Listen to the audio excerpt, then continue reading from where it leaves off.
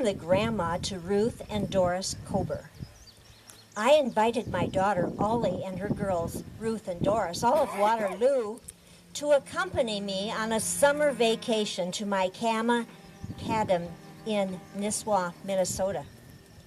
We boarded the train in Waterloo, but we were held up in Shell Rock due to the pouring rain.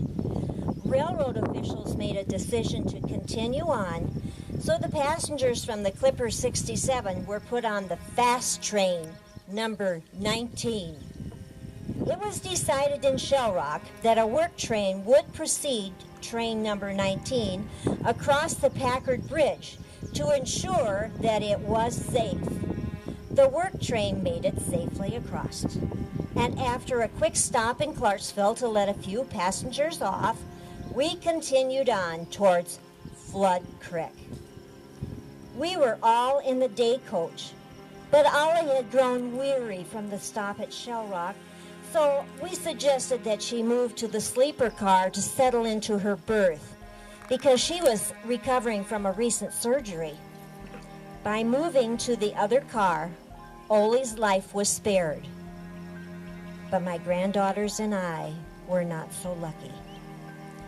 I had been on one of the first to be taken from the flooded coach car.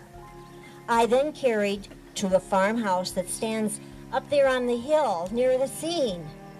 Dr. Charles Easley of Shell Rock was with me. I was injured internally, and I realized that I had been badly hurt. I told him that I hurt all over, and then suddenly I passed away. My body was returned to Traer, where my funeral service followed the funeral of my two granddaughters. To learn more about our story and how the train wreck affected our families, please read Night Train to Nisswa by Mary Buffington.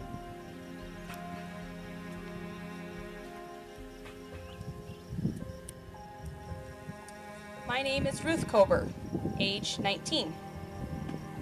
And I am Doris Kober, age 16. We are from Waterloo, Iowa, but we were born on a farm near Traer.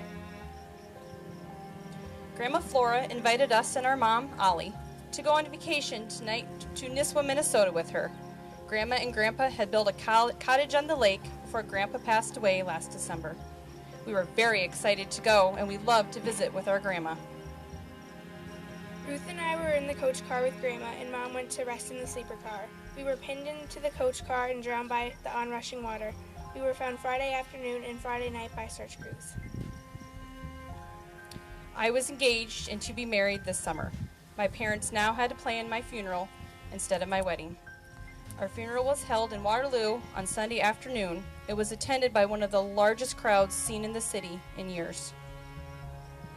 Over 2,000 people were present at the Methodist Church, where we were both very active members.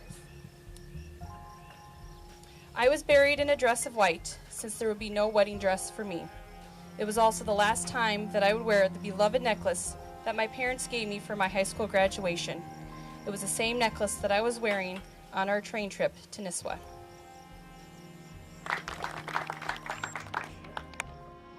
My name is Ida Grace Lewis, age 56, of Mason City, Iowa. I have been the head of the Iowa Oddfellows Orphanage Home and the Home for the Aged in Mason City for the past 16 years. I was on vacation and traveling on the train with my sister, Flora Jane Horn, age 70, of Fairfield, Iowa. We had been visiting family in Fairfield and were on the train headed back to Mason City. My body was recovered from the water soon enough by the rescue workers that it did not suffer greatly.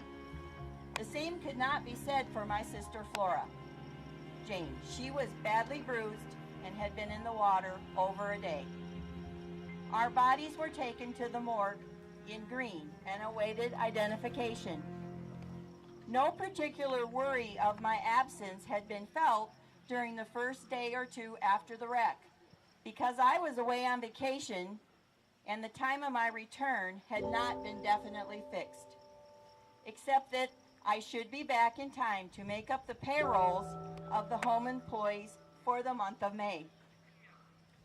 When one of the home's trustees realized I wasn't back to do payrolls and hadn't been heard from, they became anxious.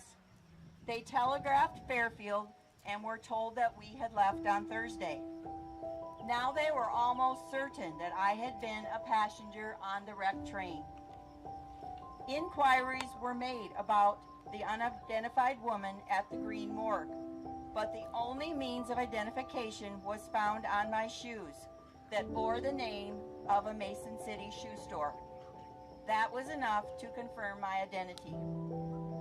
It is believed that the person sitting on the side of the coach, which was on the bottom when the car rolled into the creek, for the most part escaped, while those who were on the other side were hurled across the car and in most cases were stunned and then drowned. A week later, on Friday, June 9th, my funeral services were held at the Iowa Oddfellows home. Businesses were closed during the afternoon in respect. 80 children and 65 aged persons were left to mourn me, their matron and guardian angel.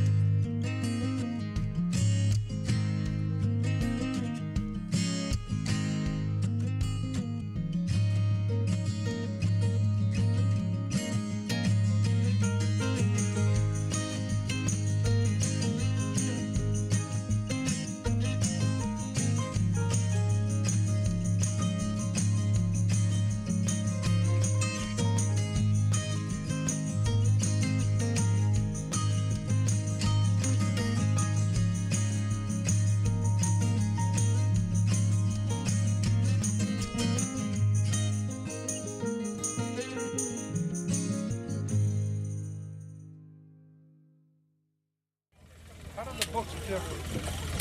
This is about the two girls and her grandmother who passed away. That's the real story of the night they left and their family history and all that. After I finished this book about the three of them, I just felt when Francis wanted to do the anniversary that we should know more about the other 17. So this is more about the lives of 17 people. What are the notes?